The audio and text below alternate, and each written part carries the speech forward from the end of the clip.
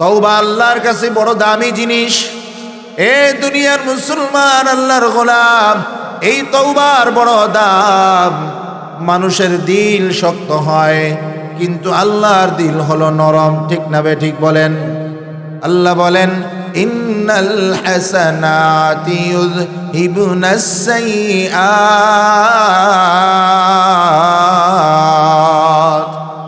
আমি আল্লাহ এমন দয়াবান, আমি আল্লাহ এমন দয়ালু। বান্দা যখন গুনাহ করার পরে নেক আমল করে, আমি আল্লাহ ওই নেক আমলের কারণে আমার বান্দার গুনাহগুলোকে মাফ করে দেয়। শুধু তাই না, আল্লাহ তাআলা ঘোষণা করেন, গাফিরিয যামবি ওয়া কাবিলিত তাওব। আল্লাহ হলেন গুনাহ ক্ষমাকারী। গুনাহ ক্ষমা করতে আল্লাহ পছন্দ করে। দুনিয়ার মানুষের আদত হলো গুনাহ করা, আর আল্লাহর পছন্দের কাজ হলো মাফ করা। প্রত্যেকটা অঙ্গ প্রত্যঙ্গ গুনার দিকে ধাবিত হয়। আপনার হাত গুনার দিকে ধাবিত হতে চাবে, পা গুনার দিকে ধাবিত হবে। সামান্য থেকে সামান্য গুনাও এই হাত পা দ্বারা যেন না হয়। যারা বড় বড় আল্লাহওয়ালা ছিলেন, বুজুর্গ ছিলেন, ওনাদের জীবনী যদি আপনারা শোনেন, আজীব হয়ে যাবেন। এই চোখ দ্বারা গুনাহ তো দূরের কথা, জবান দ্বারা গুনাহ করা তো দূরের কথা, হাত দ্বারা গুনাহ করা তো দূরের কথা, এই পা দ্বারাও সামান্য সগীরা মাকরু এমন গুনাহ ওনারা করেন নাই, আদবের খিলাফও করেন নাই। আপনাদেরকে একটি ঘটনা শোনাই। চরমনাইর মরহুম পীর সাহেব হুজুর আল্লামা ফজলুল করিম রহমাতুল্লাহি আলাইহি, নাম শুনেছেন? আল্লাহর একজন বড় কুতুব ছিলেন। মরহুম চরমনাইর পীর সাহেব হুজুর আল্লামা ফজলুল করিম রহমাতুল্লাহি আলাইহি, ওনার সাথে আমার এক উস্তাদ সফর করেছিলেন। লম্বা সময়ে হুজুরের কাছে ছিলেন, সফর করেছিলেন। আমার ওই উস্তাদের জবান থেকে ঘটনাটা শোনা। আমার উস্তাদ বলেন, এখন পদ্মা সেতু হয়েছে, আগেই পদ্মা সেতু ছিল না। ঠিক কিনা বলেন? আগে চলাফেরা হতো লঞ্চের মাধ্যমে। আমার উস্তাদ বলেন, চরমনাইয়ের মরহুম শায়েখ আল্লামা ফজলুল হক রহমাতুল্লাহি আলাইহি যখন ঢাকার কোনো সফরে আসতেন, ঢাকার দিকে যখন সফর করতেন, লঞ্চের ভিতরে সবাই ঘুমায়া পড়তেন। লঞ্চ রাতের বেলা চলতো আর ঘুমের ব্যবস্থা হইতো। গোটা লঞ্চের মানুষ ঘুমের ভিতরে নিমজ্জিত থাকতো। আমার উস্তাদ বলেন, মরহুম ফজলুল হক রহমাতুল্লাহি আলাইহি, ফজলুল করিম রহমাতুল্লাহি আলাইহি, ওনাকে আমি কোনোদিন লঞ্চের ভিতরে ঘুমাইতে দেখি না। রাত্র হয়ে গেলে উনি তাসবিহ হাতে নিয়ে জিকির করতে থাকেন।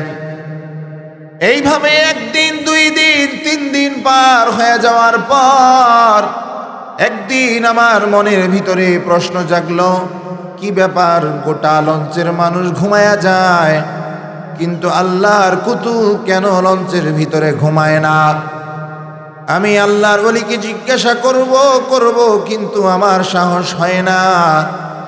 এইভাবে অনেকগুলো সফর করার পর একদিন মনের ভিতরে সাহস নিয়ে হুজুরকে জিজ্ঞাসাই করে ফেললাম, হুজুর, আপনার সাথে লম্বা সময় আমি সফর করি, লঞ্চের সফর করি, ও আল্লাহর কুতুব, কখনো আপনাকে দেখি না লঞ্চের ভিতরে ঘুমাতে। আপনার কি ঘুম আসে না? কেন আপনি লঞ্চের ভিতরে ঘুমান না? আল্লাহর কুতুব বলে, বাবা, এই লঞ্চের ভিতরে আমি 2 কারণে ঘুমাই না। 1 নাম্বার কারণ হলো, লঞ্চে আমি ঘুমাবো, আমার পা গুলো হতে পারে আমার ঘুমের ভিতরে ভুল ক্রমে কিবলামুখী হয়ে যেতে পারে। আমি ঘুমায় যাওয়ার পর লঞ্চ যখন তার গতি চেঞ্জ করবে, গতি পরিবর্তন করবে, দিক পরিবর্তন হওয়ার সাথে সাথে আমার পাগুলো কেবলামুখী হয়ে যাইতে পারে, আমার পাগুলো যেন কেবলামুখী না হয়, এই জন্য আমি লঞ্চের ভিতরে ঘুমাই না। আমার উস্তাদ জিজ্ঞাসা করলেন, হুজুর দ্বিতীয় কি কারণে আপনি ঘুমান না?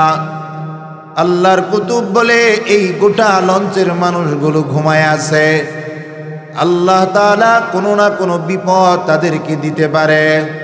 আমি ফজলুল করিম ঘুমায়া পড়ব আর লঞ্চের ভিতরে বিপদ হবে, এটা হতে পারে না। আমি লম্বা সময় আল্লাহর কাছে বসে বসে এই লঞ্চবাসীদের নিরাপত্তার জন্য দোয়া করতে থাকি। এই দুই কারণে আমি লঞ্চে ঘুমাই না। মুহতারাম মুসল্লিয়ানি কেরাম, আল্লাহর ওলিরা পায়ের গুনাহ, হাতের গুনাহ, সকল গুনাহ থেকে নিজেকে বাঁচিয়ে নিয়েছে। কারণ এই গুনাহের দ্বারা মানুষের দিলের ভিতরে ঝং ধরে যায়, গুনাহের কারণে মানুষের দিল শক্ত হয়ে যায়। এই জন্য যুবক, আজকে গুনাহের প্রতিযোগিতায় লিপ্ত হয়ে গেছি, কার আগে কে জাহান্নামে যাব, আমাদের ভিতরে পেরেশানি শুরু হয়ে গেছে, ঠিক না বে ঠিক? এই জন্য আপনাদের সামনে কোরআনুল কারীম থেকে যে আয়াতে কারিমা তেলাওয়াত করেছি, আল্লাহ বলেন গাফিরিয যামবি ওয়া কাবিলিত তাওব। আল্লাহ বলেন আমি গুনাহ ক্ষমাকারী, আমি আল্লাহ গুনাহ ক্ষমা করতে ভালোবাসি।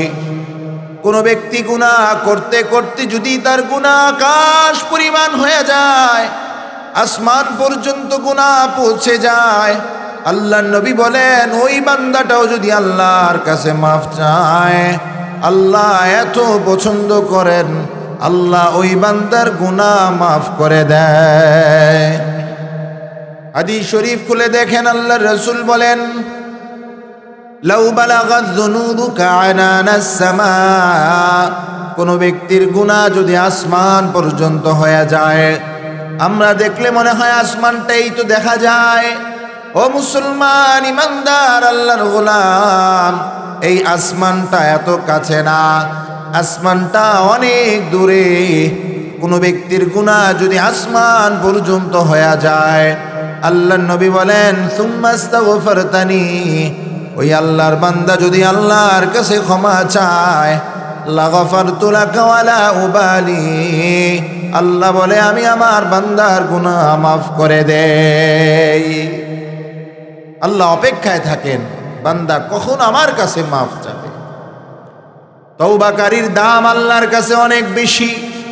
কোন ব্যক্তি গুনাহ করতে করতে তার হায়াতের জিন্দেগিটা যদি গোটা জিন্দেগিটা গুনাহে কাটায়া দেয়, শেষ মুহূর্তে সেও যদি আল্লাহকে আল্লাহ বলে, শেষ মুহূর্তে আসার পর যদি বলে আল্লাহ নাফরমানি করেছে, অন্যায় করেছি, মাফ চাই, আল্লাহ আপনি মাফ করে দেন, আল্লাহ বলে আমার দিলের ভিতরে ঝোঁস চলে আসে, আমি আমার কোনো বান্দাকে ওই মাফ না করে পারি না। খলিফাতুল মুসলিমিন ওমর রাদিয়াল্লাহু তাআলা আনহুর নাম শুনেছেন। তিনি যখন অর্ধ জাহানের বাদশাহ খলিফাতুল মুসলিমিন, ওনার আমলে ওনার জমানায় মানুষ প্রকাশ্যে গুনাহ করার সাহস পাইত না, গোপনে গোপনে গুনাহে লিপ্ত হয়ে যাইত। খলিফার জমানায় আল্লাহর এক বান্দা ছিল কণ্ঠশিল্পী। এই কণ্ঠ দ্বারা গান গেয়ে গেয়ে মানুষের কাছে গোপনে গোপনে বাড়িতে যে যে গান শোনাইত, টাকা যা পাইতো এটা দিয়া সংসার চালাইতো। আল্লাহর বান্দা তার গান বাজায়া বাজায়া, গান শোনায়া শোনায়া উপার্জিত টাকা দ্বারা গোটা জিন্দেগি পার করে দিয়েছে। আল্লাহর বান্দার এই জবান দ্বারা একবারও আল্লাহর নাম নেয় নাই। আল্লাহর দেওয়া এত মায়ার কণ্ঠ, আল্লাহর নাম একবারও নেয় নাই। এইভাবে তার গোটা জিন্দেগিটা সে কাটাইয়া দিল। যখন তার বয়স হয়ে গেল, সে বৃদ্ধ হয়ে গেল, কণ্ঠ বসে গেছে। যৌবন বয়সের কণ্ঠ আর বৃদ্ধ বয়সের কণ্ঠ কখনো এক হতে পারে না, ঠিক না বে ঠিক? বৃদ্ধ হয়ে যাওয়ার পর আল্লাহর বান্দার কণ্ঠ বসে গেছে, এখন আর গান গেতে পারে না, কণ্ঠের ভিতরে সুর নাই, যার কারণে মানুষ তার গানও শোনে না, টাকাও পায় না, পয়সাও পায় না, বড় অসহায় হয়ে আল্লাহর বান্দা জান্নাতুল বাকির দেয়ালের পাশে বসে আসমানের দিকে তাকিয়ে আল্লাহকে বলে, আল্লাহ, দুনিয়ার মানুষ সুন্দর কণ্ঠ না হলে গান শুনতে চায় না। দুনিয়ার মানুষের কাছে যতদিন আমার এই কণ্ঠটা সুন্দর ছিল, ততদিন আমার দাম ছিল, ততদিন আমার কণ্ঠের বিনিময়ে আমাকে টাকা দিয়েছে। আল্লাহ, এখন আমি বৃদ্ধ হয়ে গেছি, আমার কণ্ঠটা খারাপ হয়ে গেছে, আমার সুর নষ্ট হয়ে গেছে, দুনিয়ার মানুষ আমার এই সুর শুনতে চায় না, দুনিয়ার মানুষ আমার এই কণ্ঠকে ভালোবাসে না, পছন্দ করে না। কিন্তু আমি জানি আল্লাহ, আপনি রহমান, রহিম, গফফার, আমার সুর যতই খারাপ হোক আপনি আমার ডাক শুনবেন, আপনি আমার আওয়াজ শুনবেন। এই কথা বলে আসমানের দিকে তাকিয়ে তাকিয়ে চোখের পানি ছেড়ে ছেড়ে কান্না করতেছে খলিফাতুল মুসলিমিন ওমর রাদিয়াল্লাহু তাআলা আনহু মসজিদ নববীতে বসা। খলিফাতুল মুসলিমিনের কানে কেমন যেন একটা আওয়াজ আসলো, ও খলিফাতুল মুসলিমিন, আপনি এখানে বসে আছেন, আর আমার এক বান্দা, আমার এক গোলাম অসহায় হয়ে জান্নাতুল বাকির দেয়ালের পাশে বসে আছে, যান যান আমার ওই বান্দার খোঁজ খবর নিয়ে দেখেন তার কি সমস্যা। আল্লাহু আকবার।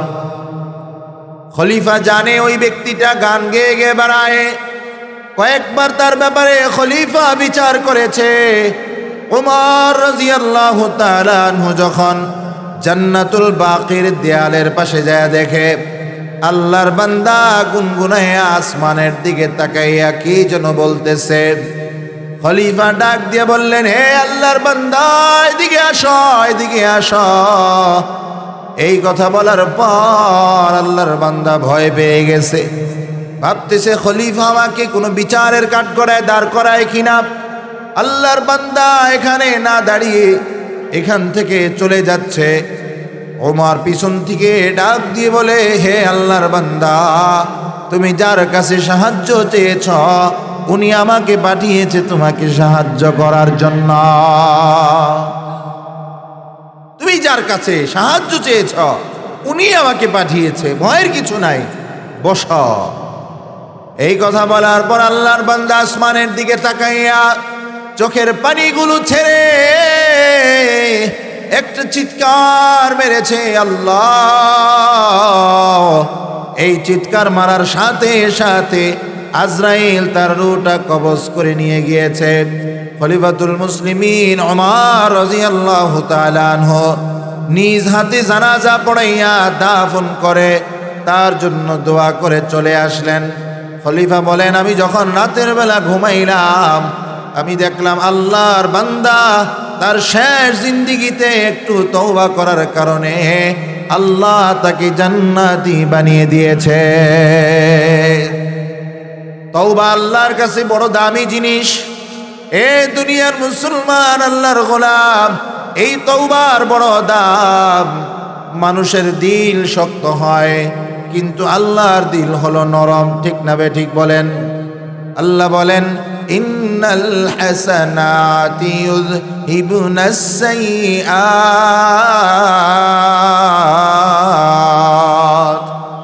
আমি আল্লাহ এমন দয়াবান, আমি আল্লাহ এমন দয়ালু। বান্দা যখন গুনাহ করার পরে নেক আমল করে আমি আল্লাহ ওই নেক আমলের কারণে আমার বান্দার গুনাহগুলোকে মাফ করে দেয়। শুধু তাই না, আল্লাহ তাআলা ঘোষণা করেন গাফিরিয যামবি ওয়া কাবিলিত তাওব। আল্লাহ হলেন গুনাহ ক্ষমাকারী, গুনাহ ক্ষমা করতে আল্লাহ পছন্দ করে। দুনিয়ার মানুষের আদত হলো গুনাহ করা, আর আল্লাহর পছন্দের কাজ হলো মাফ করা। আপনারা জানেন কোরআনের ভিতরে আসছে মুসা আলাইহিস সালাতু ওয়াস সালামের জামানায় কারুনকে আল্লাহ এত সম্পদ দিয়েছে, এত সম্পদ আল্লাহ কারুনকে দান করেছে। এই কারুনের বন্ধুরা আল্লাহর কাছে দোয়া করে বলে, আল্লাহ আপনি কারুনকে এত ভালোবাসেন যে কারুনকে এত সম্পদের মালিক বানায়া দিলেন। আল্লাহ আমাদের কি আপনি ভালোবাসেন না? কারণ আমাদেরকেও তো সম্পদ দিলেন না। আমরাও মনে করি যদি সম্পদ কেউ সম্পদের মালিক হয়ে যায়, আমরা মনে মনে ভাবি আল্লাহ তাকে পছন্দ করে, এই জন্য তাকে সম্পদ দিয়েছে। ও মুসলমান, কোরআনের ভিতরে আল্লাহ বলেন, ইন্নামা আমওয়ালুকুম ওয়া আওলাদুকুম ফিতনা, তোমাদের মাল, তোমাদের সন্তান হলো তোমাদের জন্য পরীক্ষা। সম্পদ কাহারো জন্য নিয়ামত, আবার এই সম্পদ কাহারোর জন্য গজব। এই সম্পদের দ্বারা অনেকে জান্নাতি হয়ে গেছে, আবার এই সম্পদের কারণে অনেকে জাহান্নামী হয়ে যায়। কারুনকে আল্লাহ এত সম্পদ দিয়েছে, যেই সম্পদ কারুন নিজেও জানে না কত সম্পদের সে মালিক। এই কারুন আল্লাহর শানে বেয়াদবি করেছে। মুসা পয়গম্বরের শানে বেয়াদবি করার কারণে লম্বা ঘটনা, আল্লাহ তাআলা কারুনকে ধ্বংসের হুকুম দিয়ে দিলেন। জমিনকে বললেন, এই জমিন, এই কারুনকে এবং কারুনের সম্পদ সহ তুমি তোমার জমিনের ভিতরে তাকে দাবায়া দাও, জমিনের ভিতরে ঢুকায়া নাও। এই কারুন আল্লাহর সাথে বেয়াদবি করেছে, এই কারুন মুসা পয়গম্বরের সাথে বেয়াদবি করেছে, এই জন্যই কারুনকে জমিনের সাথে দাবায়া দাও। আল্লাহর ফয়সালা চলে আসছে, জমিন কারুনকে ভিতরে ঢুকানো শুরু করে দিলেন। মুসা পয়গম্বরের কাছে খবর চলে গেল। পয়গম্বর মুসা আসলেন কারুনের দরবারে। কারুনের কাছে আসার পরে দেখে কারুন জমিনের ভিতরে আস্তে আস্তে ঢুকে পড়তেছে। কিতাবের ভিতরে আসছে সকাল থেকে সন্ধ্যা পর্যন্ত এই লম্বা সময়টুকু এই কারুন জমিনের ভিতরে আস্তে আস্তে নিচে চলে যাচ্ছিল। কারুন বারবার ডাক দিয়ে বলতেছে, এ পয়গম্বর মুসা, বুঝি নাই তোমার সাথে বেয়াদবি করেছি। ও পয়গম্বর, আমাকে মাফ করে দাও, আমাকে একটু সুযোগ দাও, আমি আর জীবনেও ভুল করব না, আমাকে মাফ করে দাও। কে তওবা করতেছে? কারুন। কার কাছে তওবা করে? পয়গম্বর মুসার কাছে। পয়গম্বর মুসা আলাইহিস সালাতু ওয়াস সালাম সকাল থেকে সন্ধ্যা পর্যন্ত দাঁড়ায়া কারুনের শাস্তি উপলোকন করলেন। দাঁড়ায়া দেখলেন কারুনকে আল্লাহ কি শাস্তি দিল। সন্ধ্যা যখন হয়ে গেল, এই কারুন আর তার সম্পদ জমিনের নিচে ঢুকে গেছে, আর তার কোনো অস্তিত্ব দেখা যায় না। ও মুসলমান ইমানদার, তাফসীরের কিতাবের ভিতরে আসছে কিয়ামত পর্যন্ত এই কারুন জমিনের ভিতরে ঢুকতেই থাকবে। এটাই হলো তার শাস্তি। ও মুসলমান, এই সম্পদ মনে হয় আমার সম্পদ, এই সম্পদের মালিক আপনি না। আপনি দুই চোখ বন্ধ করার সাথে সাথে এই সম্পদ নিয়ে খামচি শুরু হয়ে যাবে। ঠিক না বে ঠিক বলেন? আপনার জন্মদানকারী সন্তান আপনার বিরুদ্ধে বলবে আমার বাবা আমাদের উপর ইনসাফ করে নাই। ও মুসলমান, এই জন্য দুনিয়ার জমিনে কেউ আপনার আপন না। जगह जी लगाने की दुनिया नहीं है, जगह जी लगाने की दुनिया नहीं है, ये इबरत की जा है, तमाशा नहीं है। यहाँ हम सब मुसाफिर हो, कब्र आखिर ठिकाना, कोई आगे रवाना है, कोई पीछे रवाना। এই দুনিয়ার জমিন হলো আমাদের জন্য মুসাফির খানা। আইশরাত কে লিয়ে ইনসান হি ইয়াদে রাখতো বান্দায়ে মেহমান হি। ও মুসলমান, এই দুনিয়ার জমিনে মেহমান হয়ে আসি নাই, এই দুনিয়ার জমিনে গোলাম হয়ে আসছি। এই দুনিয়ার জমিনে গোলামি চলবে কার? এই দুনিয়ার জমিনে গোলামি চলবে একমাত্র আল্লাহর। আল্লাহ ছাড়া কাহারও হুকুম চলতে পারে না। এই দুনিয়ার জমিন আল্লাহর জমিন, এই দুনিয়ার জমিন উলামাদের জমিন, এই দুনিয়ার জমিন নেককারদের জমিন, এই জমিন মসজিদ মাদ্রাসার জমিন, ঠিক কিনা? ওই যে কারুনের বন্ধুরা যখন কারুনের সম্পদ দেখে আক্ষেপ করেছিল, আল্লাহ আপনি কারুনকেই মুহাব্বত করেছেন, তাকে এত সম্পদের মালিক বানিয়ে দিলেন। যখন কারুন জমিনের নিতে সম্পদ নিয়ে ডেবে যায়, ওই বন্ধুরাই বলে আল্লাহ এমন সম্পদের দরকার নাই, এমন সম্পদ না হওয়াই ভালো। আমরা তো মনে করি সম্পদ হলেই লাভ। ও মুসলমান ইমানদার, আমার এক উস্তাদ আমাদেরকে শিখায়া গেছেন, তোমাকে যদি 500 টাকা দেয়, এই 500 টাকা তুমি খরচ করার পর এটার হিসাব তুমি 1 মিনিটে দিতে পারবা না। এই 500 টাকা খরচ করার পর এটার হিসাব দিতে লাগবে 5 মিনিট। 200 টাকা খরচ করলে এটার হিসাব দিতে সময় লাগবে 2 মিনিট। আর যদি 10 টাকা খরচ করা, এটার হিসাব দিতে সময় লাগবে মাত্র 10 সেকেন্ড। ঠিক না বে ঠিক? দুনিয়ার জমিনে যত সম্পদ, আপনার হিসাবও তত লম্বা সময় দিতে হবে। দুনিয়ার জমিনে যত কম সম্পদ, হিসাবটাও তত সহজ হবে। আল্লাহ তাআলা যখন কারুনকে জমিনে দাবায়া দিলেন, আল্লাহ তাআলা মূসা পয়গম্বরকে দেখাইলেন কারুন দুনিয়ার জমিন থেকে আল্লাহ ধ্বংস করে জমিনে ঢুকায় দিতেছে। ও মূসা, তুমি তো তাকায়া তাকায়া দেখলা। যখন সন্ধ্যা হয়ে গেল, কারুন জমিনে ঢুকে গেল। মূসা পয়গম্বরকে আল্লাহ ডাক দিয়া বলে, পয়গম্বর মূসা, কারণ মূসা আলাইহিস সালাতু ওয়াস সালামের সাথে আল্লাহ সরাসরি কথা বলেছেন, ঠিক না বে ঠিক? এই জন্য মূসা পয়গম্বরকে বলা হয় কালিমুল্লাহ। মূসা আল্লাহর সাথে সরাসরি কথা বলেছে। মূসা পয়গম্বর আল্লাহর সাথে কথা বলে। আল্লাহ বলে, পয়গম্বর মূসা, সকাল থেকে সন্ধ্যা পর্যন্ত কারুন তোমার কাছে বারবার তওবা করেছে, কারুন তোমার কাছে বারবার ক্ষমা চেয়েছে। ও পয়গম্বর মূসা, কেন তুমি তাকে মাফ করলে না? কেন তুমি তাকে ক্ষমা করলে না? পয়গম্বর মূসা বলে, আল্লাহ, মাফ করার অধিকার তো আমার নাই, ক্ষমা করার অধিকার তো আমার নাই। ক্ষমা করার মালিক হলেন একমাত্র আল্লাহ। ঠিক না বে ঠিক বলেন? আল্লাহ বলেন গাফিরিজ যামবি ওয়া কাবিলিত তাওবি, আল্লাহ হলেন ক্ষমা করনে ওয়ালা। আরে কায়াতে আল্লাহ বলেন লা তাকনাতু মির রাহমাতিল্লাহ। আল্লাহ বলেন বান্দা আমার রহমত থেকে নৈরাশ হবা না, আমার রহমতের দরিয়া অনেক বড়। হাদিস শরীফের ভিতরে আল্লাহর নবী বলেন, ইন্নাল্লাহা বাসিতুন ইয়াদাইহি নাহারান লিয়াতুবা মুসিআল লাইল ওয়া বাসিতুন ইয়াদাইহি লাইলান লিয়াতুবা মুসিআন নাহার। আল্লাহ দিনের বেলা বান্দাকে বলে, বান্দা ক্ষমা চাও না, আমি আল্লাহ তোমাকে মাফ করার জন্য প্রস্তুত। আবার রাতের বেলা আল্লাহ বলে, বান্দারে আমার কাছে ক্ষমা চাও না, আমি আল্লাহ তোমাকে মাফ করার জন্য প্রস্তুত। এই জন্য তওবাকারীর দাম আল্লাহর কাছে অনেক বেশি। আল্লাহর নবী বলেন, আত্তাইবু মিনাজ যামবি কামাল্লা যামবা লাহু। যে ব্যক্তি তওবা করলো, আল্লাহ তাকে এমন বানায়া দেয় যেমন তার দুনিয়ার জমিনে কোনো গুনাহই থাকে না। এই জন্য বেশি বেশি তওবা করা।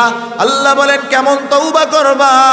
ইয়া আইয়ুহাল্লাযীনা আমানু তুবু ইলাল্লাহি তাওবাতান নাসুহা।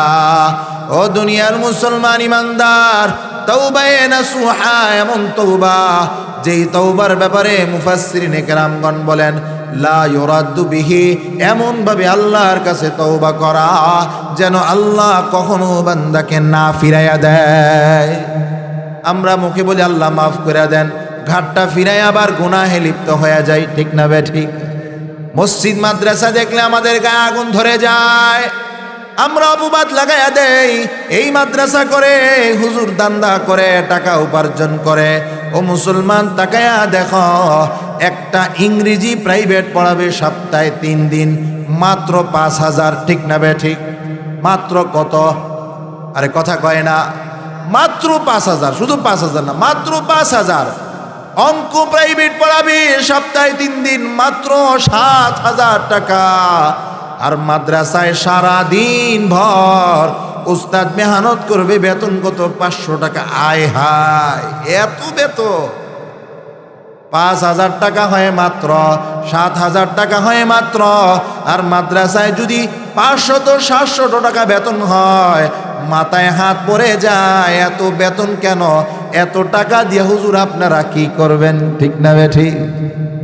হুজুর বড় লোক হইতে পারবে না, হুজুররা শুধু গরিব থাকবে, হুজুররা ব্যবসা করতে পারবে না, হুজুররা মাদ্রাসা দিতে পারবে না।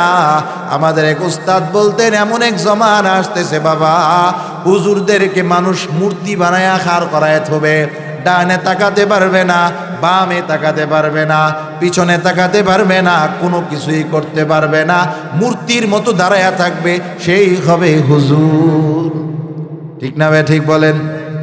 এ মুসলমান ইমানদার, তাওবায়ে নাসুহা, এমন তওবা করব, একনিষ্ঠ তওবা করব, মসজিদ মাদ্রাসাকে মহাব্বত করব, আলেম ওলামাদেরকে ভালোবাসবো, মাদ্রাসার পাশে দাঁড়াবো। আমার আলোচনা শেষ, 1 মিনিটের ভিতরে শেষ করে দিচ্ছি। কারণ যখন জমিনে দেবে গেলেন, আল্লাহ তাআলা পয়গম্বর মূসাকে বলেন, এ পয়গম্বর মূসা, সকাল থেকে সন্ধ্যা পর্যন্ত এই কারণ তোমার কাছে মাফ চাইলো, তুমি মাফ করলা না। মূসা বলে, আল্লাহ, আমাকে তো আপনি মাফ করার যোগ্যতা দেন নাই, ক্ষমতা দেন নাই, কারণ তওবা কবুল করার মালিক আপনি, হেদায়েতের মালিক আপনি, আপনি চাইলে তো মাফ করতে পারেন। এবার আল্লাহ তাআলা বলেন, এ পয়গম্বর মূসা, সকাল থেকে সন্ধ্যা পর্যন্ত আমার এই বান্দাটা তোমার কাছে মাফ চেয়েছে। ও পয়গম্বর মূসা, সকাল থেকে সন্ধ্যা নয়, আমার এই বান্দাটা যদি এই কারণ যত বড় অপরাধী হোক, একবার যদি আমি আল্লাহকে ডেকে বলতো, আল্লাহ ও মালিক, নাফরমানি করেছি, ও আল্লাহ অন্যায় করেছি, অপরাধ করে ফেলেছি, আমি আল্লাহর কাছে যদি একবার তওবা করত, ও পয়গম্বর মূসা, আমি আল্লাহ তাকে মাফ করে নিরাপত্তা দান করে দিতাম। এই জন্য তওবা বড় দামি জিনিস বাবা। গুনাহ হয়ে গেলে সাথে সাথে তওবা করব, ভালোবাসবো, মাদ্রাসার পক্ষে কথা বলবো, কখনো মাদ্রাসার বিরোধিতা করে ধ্বংসের সিলমোহর আমাদের গায়ে লাগাবো না। মাদ্রাসার বিরোধিতা করলে মাদ্রাসার ক্ষতি নাই, মাদ্রাসার বিরোধিতা করলে মাদ্রাসার ক্ষতি নাই, আলেমের বিরোধিতা করলে আলেমের ক্ষতি নাই। ও মুসলমান, দেয়ালের ভিতরে ঘুষি মারলে যেমন দেয়ালের কিছু হয় না, হাত ব্যথা হয়ে যায়, আলেমের সাথে দুশ্মনী করলে, মাদ্রাসার সাথে দুশ্মনী করলে মাদ্রাসার ক্ষতি হবে না, আলেমের ক্ষতি হবে না, আমি আপনি ধ্বংস হয়ে যাব। এই জন্য এই যে আপনাদের এলাকায় একটা মাদ্রাসা, জান্নাতুল বুশরা মাদ্রাসা, পুরুষ শাখা খোলা হবে, এটা আপনাদের জন্য নেয়ামত, আপনাদের জন্য গনিমত। একটা মাদ্রাসার উসিলায়, আমাদের উস্তাদরা বলতেন, আল্লাহওয়ালারা বলেছেন, একটা মাদ্রাসার উসিলায় তার পশ্চিমে, তার পূর্বে, দক্ষিণে, উত্তরে 40টা করে, এমন 440, 160টা বাড়ি আল্লাহর রহমতের বেষ্টনীর ভিতরে থাকে। সুবহানাল্লাহ বলেন।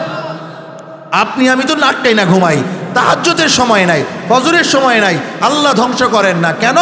এই মাদ্রাসাগুলোতে ভোর রাত্রে উঠে ছাত্ররা তাহাজ্জুদ পড়ে, কোরআন পড়ে, এই মাদ্রাসার কারণে আল্লাহ আপনাকে আমাকে শান্তিতে রাখছে। এই জন্য বাবা, হাতে ধরি, পায়ে ধরি, মাদ্রাসার পক্ষে কথা বলবো, মাদ্রাসার জন্য জান দেব, মাল দেব, সময় দেব, পরামর্শ দেব। আল্লাহ আমাদেরকে তৌফিক দান করে। আমিন। ওয়া আখিরু দাওয়ানা আলহামদুলিল্লাহি রাব্বিল আলামিন।